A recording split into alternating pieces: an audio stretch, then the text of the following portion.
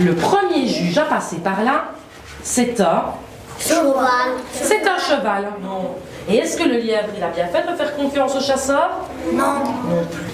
Ça veut dire quoi? Ça veut dire que dans la savane, les prédateurs et les chasseurs resteront toujours des prédateurs et des chasseurs. Et peut-être que ces odeurs vont vous rappeler quelque chose que vous connaissez. Vous essayez de deviner ce que c'est ou si ça vous rappelle quelque chose. Garde la petite boîte avec vous aussi. Hein.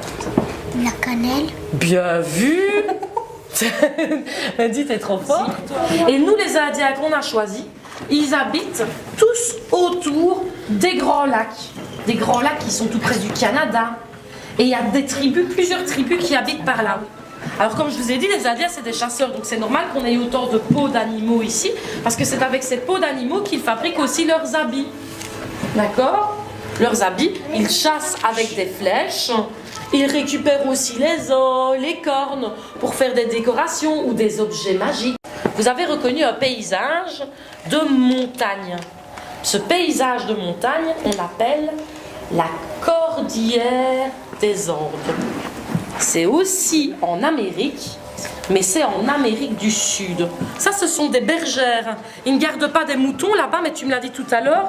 Un autre animal, des lamas. Bravo, bonhomme. Les lamas, c'est un peu les moutons des Andes. On s'en sert pour faire de la laine, etc. Mais le loup, il est en train de manger un animal qu'il a tué.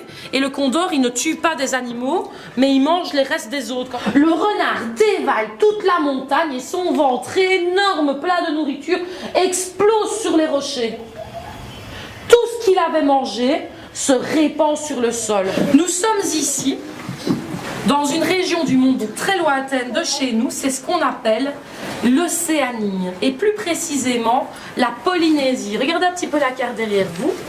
On est très loin de chez nous. La grande île au milieu, c'est ce qu'on appelle l'Australie, le pays des kangourous. Une autre île très connue dans cette région du monde, c'est l'île de Tahiti. Regardez les montagnes comme elles sont encore hautes sur Tahiti et recouvertes de plein d'herbes de végétation. La forêt dans laquelle se déroulent beaucoup d'histoires. Est-ce que vous connaissez des histoires qui se passent dans la forêt? En tout cas, il y a des morceaux d'histoire qui se passent dans la forêt. Qu'est-ce qui se perd dans la forêt, par exemple, et qui jette des petits cailloux pour retrouver son chemin? Oui, Hansel et Gretel, dans la version que moi je connais. Et puis, il y a aussi celle qui va avec son panier voir sa grand-mère. Le chapeau rouge. Exactement. Et dans la forêt, on trouve des drôles de créatures, des créatures magiques, des elfes, des fées, parfois même des ogres et des sorcières. Ça vous fait penser à quoi ici? Quel dessin animé que vous connaissez? Quel monde? Quel univers? Aladdin. Aladdin, effectivement. On est au pays des 1001 nuits. Et c'est un jour ainsi que Scheherazade, qui est la fille du grand vizir, le vizir c'est un peu le premier ministre, dit à son père: papa, moi je vais épouser le sultan. Donc il faut appuyer que quand on a la réponse. Est-ce que c'est bien clair pour vous ça? Comment s'appelle la princesse? Née dans un mois de l'hiver et endormie en mangeant une pomme enchantée.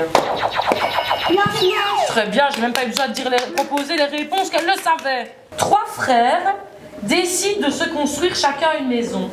La première est en paille, la deuxième est en bois, la troisième est en briques. Quels sont ces bâtisseurs? La troisième. Mais non! Des dindons, des cochons, des canards. Des cochons. Très bien, c'est l'histoire des petits cochons, des 3 petits cochons, bravo!